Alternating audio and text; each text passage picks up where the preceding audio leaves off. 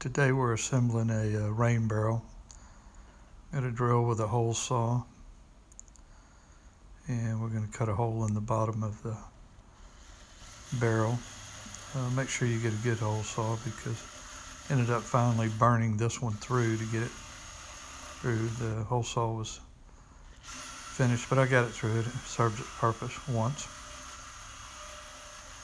Try to make this as snug as you possibly can to the faucet so you don't have any leaks. I could actually screw that one in so it would stay in place. There's a galvanized coupling, a washer.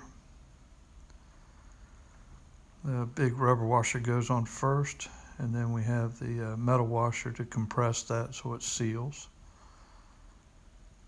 I have to finagle that a little bit to get it to seat down properly so that I have enough room to get everything to assemble. Metal washer goes on, and then I use the galvanized coupling more or less as a threaded washer. I turn that down until it compresses everything, makes a complete seal. I don't want to use any kind of silicone or anything.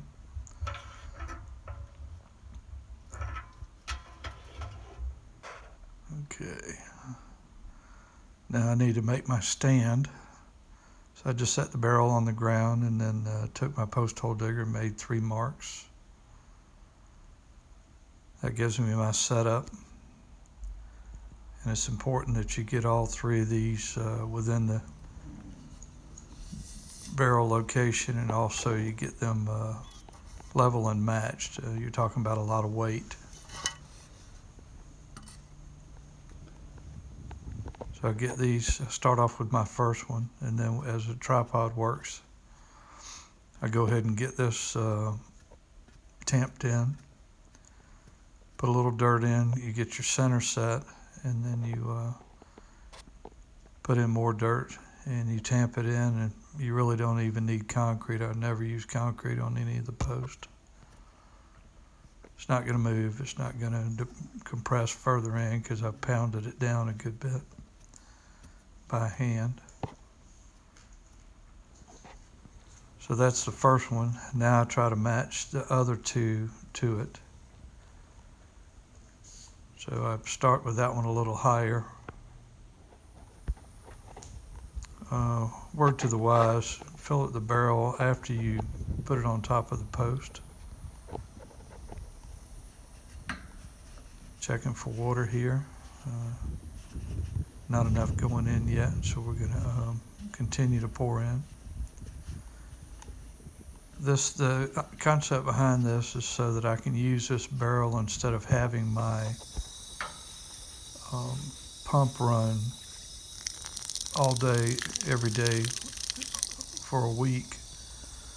I just put this on a timer, and it allows me to extend my watering time. This one is a 0 pressure, so instead of me having to have hose pressure, all it does is it just gravity forces the water through,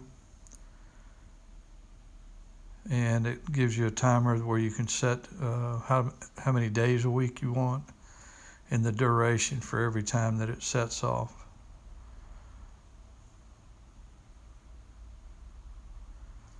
So I've checked the soaker hose, and the soaker hose doesn't have enough pressure to actually emit water out through its tiny holes. So I'm going to drill a test hole, and that will allow me to get the water coming out that I want. And it's see-through. I can see that it's filled up, but there's just not enough pressure at this point to be able to get any water to come out of the holes.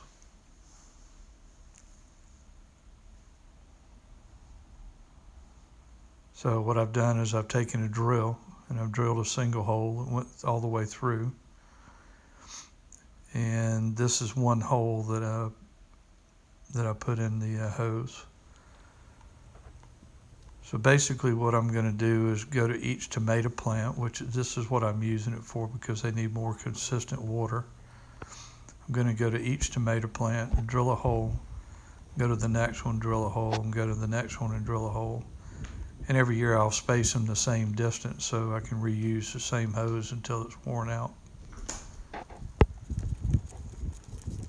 I hope you learned something from this, and I hope that it informed you.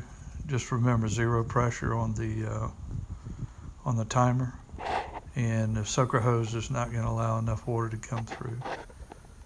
I fill this up whenever I'm there, and if it's already full, I don't mess with it. It's a rain barrel, so it'll collect the water if it can. So we're going to use this just for tomatoes. If you like what you see, ring the bell and subscribe, and have a blessed day.